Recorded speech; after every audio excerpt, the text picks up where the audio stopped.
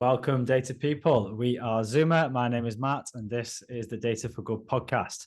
This podcast is brought to you by Zuma. Zuma is a dedicated recruitment company focusing on data positions across Berlin. The Data for Good podcast is for the world of data science, analytics, and engineering, giving you the platform to hear the thoughts and opinions of data leaders from Berlin and beyond. Today, we are joined by Tim-Fabien Pohlmann, Global Head of Marketing Data at FREENOW. Tim, welcome. How are you? I'm good. Thanks. Thank you very much, Matt, for having me on the podcast. Thank you very much for the invitation. It's an honor to have you on. And for those who don't know, if you can give us a quick introduction. Thank you. So, as you mentioned, currently I'm working as Global Head of Marketing Data at FREENOW, where I'm leading a data pod of 10 employees from various backgrounds. So the pod consists of two teams. One is about marketing analytics. Another one is about marketing data science. We also have a close relationship with data engineering. So there are some embedded engineers on the team, but if we need more support for challenging tasks on our engineering questions or marketing pipelines, we're also joined by more technical folks. So so that's my current role. Joined FREENOW in July this year, so pretty new, for 3.5 months right now. And before that, I was working with HelloFresh, which is a meal kit delivery service, first as Director Marketing Analytics and then as Director Marketing Data Product. So pretty similar role. I renewed and scaled at HelloFresh, the marketing data tribe, transformed it into a cross-functional team. The teams were very similar to what I have right now, both with experts from data science, product analytics, very similar setup. Nice. And yeah, we're hopefully going to tap into some of that experience and all that wisdom today. We are here to talk about people over process. So just to kick us off, what do we mean by that, Tim? Yeah, people over process. So we had a smaller chat before. So we were coming to this people over process topic while we were chatting a little bit. And it is true that people over processes is a very central concept, I believe, especially when you work with cross-functional teams. Let me share a little bit more of my experiences that I gained when I was with HelloFresh, because there was the big part of my last years where I was working with experts from marketing science, from analytics, from product. I, as someone whose background is from, let's say, analytics, from statistics, from math, I had to move more into the product sphere. Yeah. So in the product area, when you're working more in looking at data as a strategic asset, you're building data products, you need to think of people over processes, which is also part of the Agile Manifesto, as we all know. Yeah. So this manifesto, which was developed by Ken Schwab, where they stated that there's individuals and interactions over processes and tools. Yeah. So in this context, it is particularly important that when you build projects or data products with some motivated individuals, that you give them the environment and the support they need and trust them to get the job done, and establish a minimum of processes. But then pretty early in the process, that you also find it important to focus on the people. Yeah. So therefore, people over processes. Yeah. Interactions, individuals over tools and processes. So that's kind of the sphere that we want to kick this off.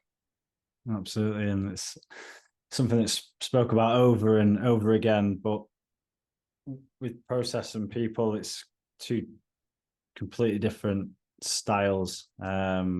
When we talk about people, one of the main factors is motivations. So if we kind of start from there, and how have you experienced motivating people to go on the journey or even just start the journey? Yeah, right. So motivation is a very, very big topic. Yeah. So especially when you're working with young people who are early in their career, working maybe in some growth companies with a huge growth trajectory, they all want to work on big projects, and they are very ambitious, and they are, like I said, in the beginning of their career. So there often comes the question on how to effectively motivate and manage these people. Yeah. And the key here, I believe, is in really thinking about a people-centric approach. Yeah. So that is a thing whenever you want to scale up processes and teams, that you really keep this people-centric approach in the back of your head, which means that when you have young workers who are often very motivated and eager to prove themselves, but who at the same time also require some guidance and a maybe defined framework. So this means that the focus should not be only on the processes. Yeah. It should not be only on the numbers. It should primarily be on the people themselves. Yeah. So that is really this people-centric approach, I think, which is crucial. But there is another thing in motivating people, is that you communicate clearly what are the goals, what are the expectations from the very beginning. Yeah. So this especially for the young folks does not only provide the orientation, but also contributes to some psychological safety, which is a very, very important concept that you have to keep in mind, because it plays a role in team dynamics. Yeah. So psychological safety, in order to motivate people, the goals that you need to do, the expectations that you need to give, all of this is super important. And when the employees understand what is expected of them and how their work contributes to overall success, they are more willing to take the risks. They are more creative, and this also applies to people who newly join the team. Yeah? So it's really important to do this also with an onboarding. So, what success have you had in communicating this to the teams that you've led? Yeah, the success is really about everybody can speak up. Yeah. So psychological safety is basically about receiving feedback and giving feedback that everybody can understand. Okay, do I meet the expectations? Am I still focusing on the right topics? That is central. Yeah, especially when you have always changing goals or changing priorities. It is very important that the people are staying close to you, that you are still giving them the psychological safety. And one thing that I might share with you as an example here is doing pair programming with the team members. Yeah. So success is implementing pair programming sessions, regular pair programming sessions for any data folks that you have. Also can be cross-functional. So engineers can pair up with analysts, data scientists can pair up with engineers or analysts. Everybody can learn from each other. Or, for example, you keep the groups very isolated, data scientists with data scientists and so on. But everybody can speak with everybody. And there, this psychological safety will be built up. Yeah. So if you have this in the center of your team, that everybody can speak up, everybody can say, I don't get that. Can you explain once again? Or how do I do this? How do I learn more about this and that? Then you can basically see the success growing in your team. We're data people working in data teams. We love numbers. How have you educated the teams that you've been in to move away from the numbers and remember the human aspects, the people side? What kind of methods and practices have you found success in there? Yeah, it's I mean, numbers is one thing, but most of the people in my teams, they want to know how things are going, yeah, how to establish maybe good data pipelines, how to write good code, for example. It's a little bit less about let's say the numbers themselves. It's more about really learning from each other, yeah, and building up the data literacy, which does not only mean that they learn how to interpret a graph or tell a story, but that they also learn to understand what the concepts are. What are the concepts of, for example, data mesh? How can I apply this? What is a good data product? How does this look like? That is really important, that you also cultivate this next to the simple analytical mindset or the simple engineering mindset that you have. Yeah. So it's more of general culture that you have to build up in your team, so that everybody has the same understanding.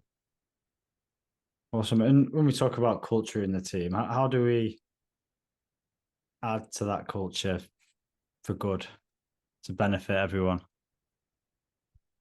Yeah. So the culture in a team, especially for example at FREENOW, there's a great culture in giving kudos to each other. So regularly giving feedback, saying what was really good, where do we need to improve. So that is really, really important, that you give feedback, positive feedback on a regular basis. Yeah, so that is really important. But in Agile, coming back to that, there is also this concept of retrospectives, yeah, which fosters the idea of psychological safety in the team, but also gives a room every other week to sit down together to speak about what went well, what can we improve on, and what are the next steps to implement maybe improvements. So that is really important, that you give good feedback, kudos, that you are aware of what people are doing, and that you also motivate people from the other teams to give the kudos. Yeah, maybe some other leaders or some other engineers are telling me, hey, that went really well with someone from your team, that I'm saying, hey, why do you tell me? Why don't you just write a feedback, or you write the person themselves, or you give it in a Slack channel, for example. You give it a quick shout out to do this. But that's really cool. So in the Agile part, there's this retrospective part where people can give clearly a feedback on what needs to be improved and what went well. And then also the kudos and the feedback thing. Let me just add one more thing. I believe that really working with each other, that is important. Yeah, not like everybody is a lone soldier, everybody's trying to solve these things all alone, but that people work together.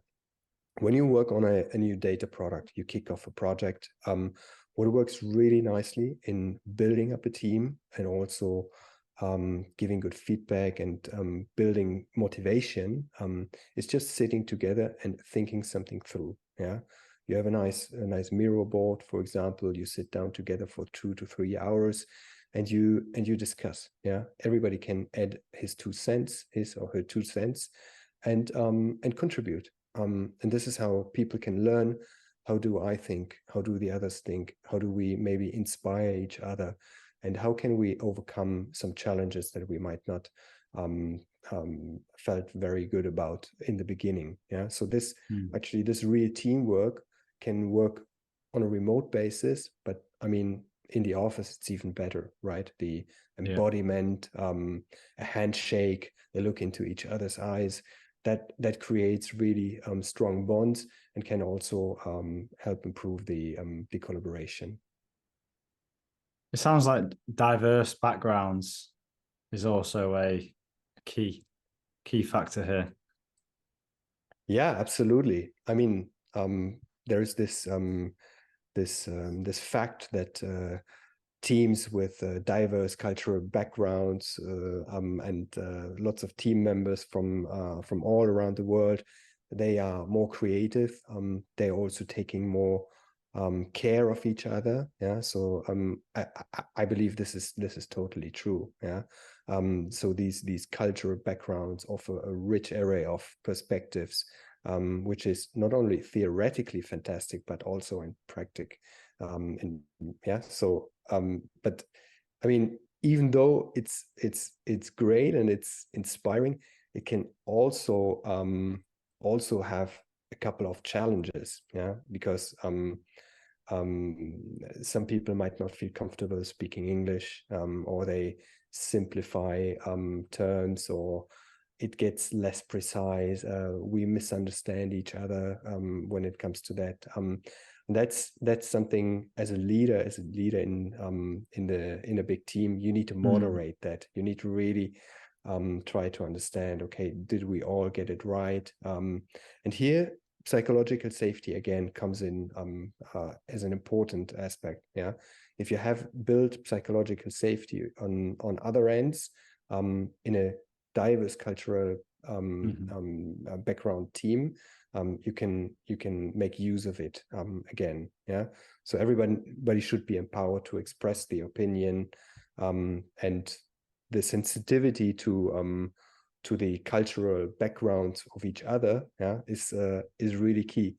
I remember that when I'm speaking with some people from other countries, I don't want to say a special country, but some countries might just make me feel well. Yeah, so we have a big project, we are on tight timelines, and I'm asking, are we going to hit the deadline? Yeah, are we going to deliver by that date? And some cultural backgrounds will tell you always, yes, we will do this. We will do this. So as a leader, it is important to not only understand the different cultural aspects from your people, you also have to listen twice. Listen closely to, are they really sure? Are they the experts to give you this assessment? Yeah, that's really, really important. And therefore it's important to be authentic here, and that everybody feels secure, so that they can ask, or you can ask them whether he's really, really sure. Yeah, so that's really, really important, that you also be aware that some people might mirror something towards your culture, and you are again bringing something in from your own culture. All these different experiences all add value to different ways of looking at things, different ways of tackling challenges.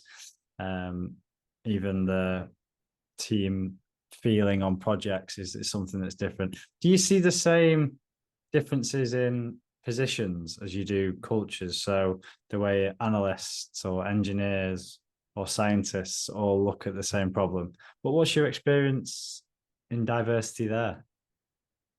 Yeah, so I think I can start with a big mistake that I did. Coming from an analytical role, I was thinking a couple of years ago that analysts and data scientists are very close. Some analysts even change their role title, moving into data science area. But I was wrong. I was very, very wrong. A data scientist who has worked as a data scientist for many years, or maybe has even was motivated to change roles from analyst to data scientist, is a different kind of person. So that's really something, as a leader of cross-functional teams, you need to understand that everyone's not the same. Yeah. So where are the differences here?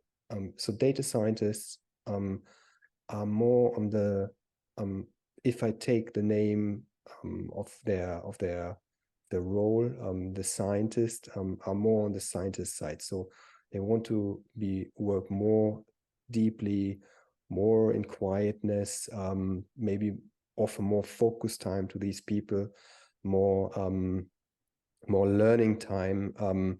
So that's something, some freedom I need to give to data scientists. Yeah, and the analysts can oftentimes be, from my experience, more like chatty people who want to be in close contact with stakeholders. They want to also participate in meetings to understand what's going on. They want to understand maybe the business side of things. That can be the case with a data scientist, and should also be the case with a data scientist. But it could also be that as a leader, you need to moderate this, or a product person needs to moderate the business perspective towards the data scientists. And for the analysts, this is more the natural way. They're analyzing data, they're getting data, they're trying to support decision making on a different level, and that's a big difference. And then we have the engineers, and the engineers, they are again a little bit different. So they really don't want to be in contact with stakeholders.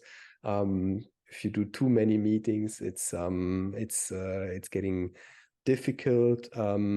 The engineering community is more focused on what the tech stack is actually delivering. Where are the big blockers on the tech stack? What did maybe some other platform teams decide now?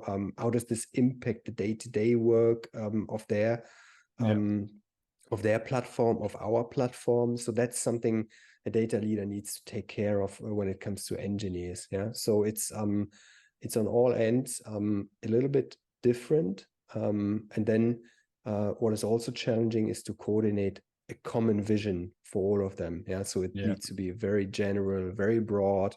You need to bring them all under the same umbrella. And luckily, it gets better the more you advance in your maturity of the team. I remember when I was with HelloFresh, after a couple of years, we reorganized a couple of times. Some people were working for some time together, then they moved into other teams.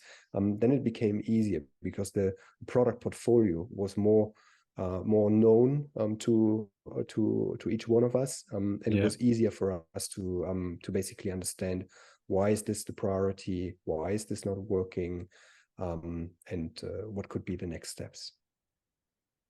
So how have you navigated that? What would you tell yourself then, what you know now about bringing these three different profiles together and pulling towards the same goal? Yeah, I believe that so one thing that is important is to let's say keep the dynamics. Yeah, we reorganized from time to time, and it's not bad. Yeah, it's not bad. It's actually good that we keep the dynamic high, that we're not staying on the same team or with the same peers all the time, but that we move around. So that's really, really important, that we are open to that, and that we embrace that as well, and do not feel the fear. Yeah, hashtag psychological safety here. So again, yeah, so it's very important to move around, to always try different approaches. Another thing that is important is to create maybe some smaller teams. Yeah, not let people work on topics too long all alone, or escalate early. Yeah, if you realize something is not working on, bring on new people into the team, or try to reshuffle the ways they are working together. Yeah, so that's really important. It also keeps the people in the center. Yes, that's really, really important. And I think these two things are already should work very well when you are bold enough to tackle these ones. How do you overcome the importance of different roles, and maybe the data scientists are more important on one project, one stint, and then the engineers are the bigger focus in other projects? How do you manage that and manage expectations that roles do change and not all roles are important at different times?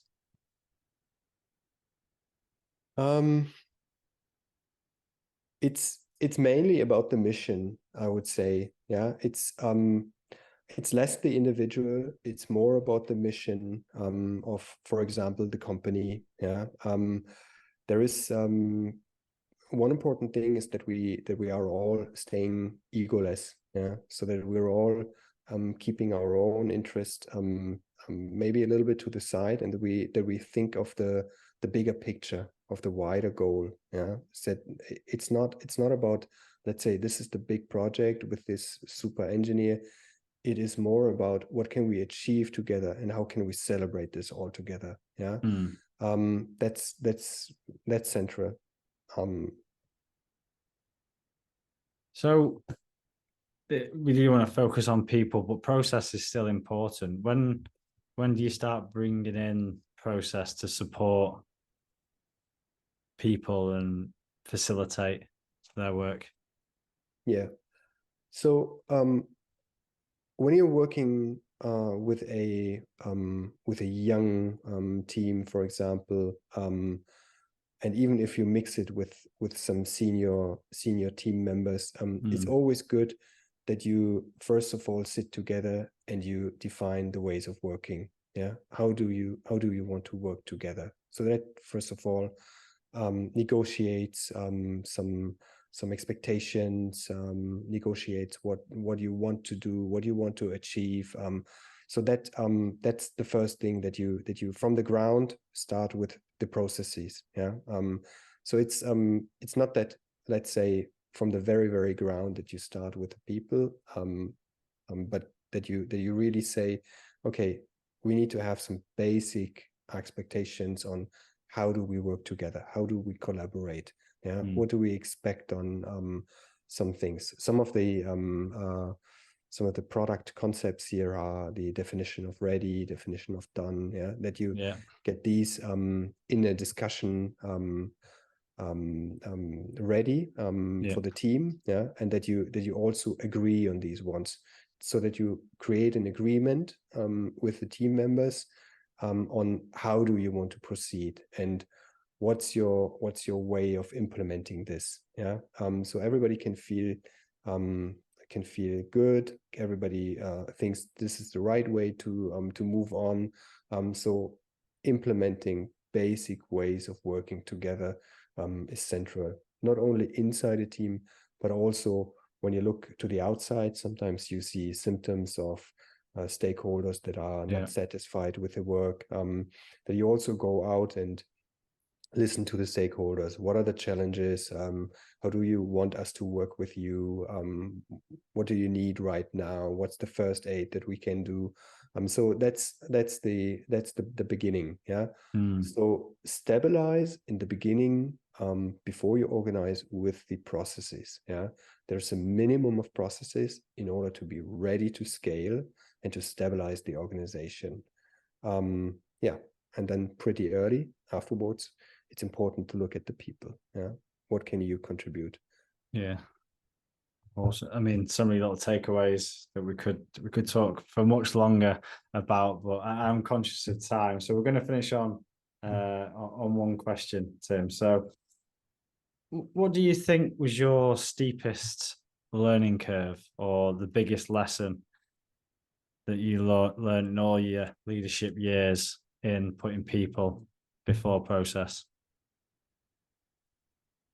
So very important is to take decisions early. Yeah. If you have a gut feeling about something that you're not happy with, or that you are thinking about a change, don't think too long, just change. Yeah. So being bold in changing the team might open up windows for some people in the team and outside the team, and not waiting too long, but really acting fast. Amazing. Such a valuable insight. Well, unfortunately, that's all we have time for today. Thank you very much for your time and your rich insights, Tim. Thank you very much for inviting me, Matt. It's been an absolute pleasure to have you on. And yeah, to the listeners, don't forget to like and share so we can reach as many people as possible. Some really valuable lessons and knowledge sharing from Tim today. But it is bye from us. Thanks once again, Tim. Thank you. Ciao for now. Bye-bye.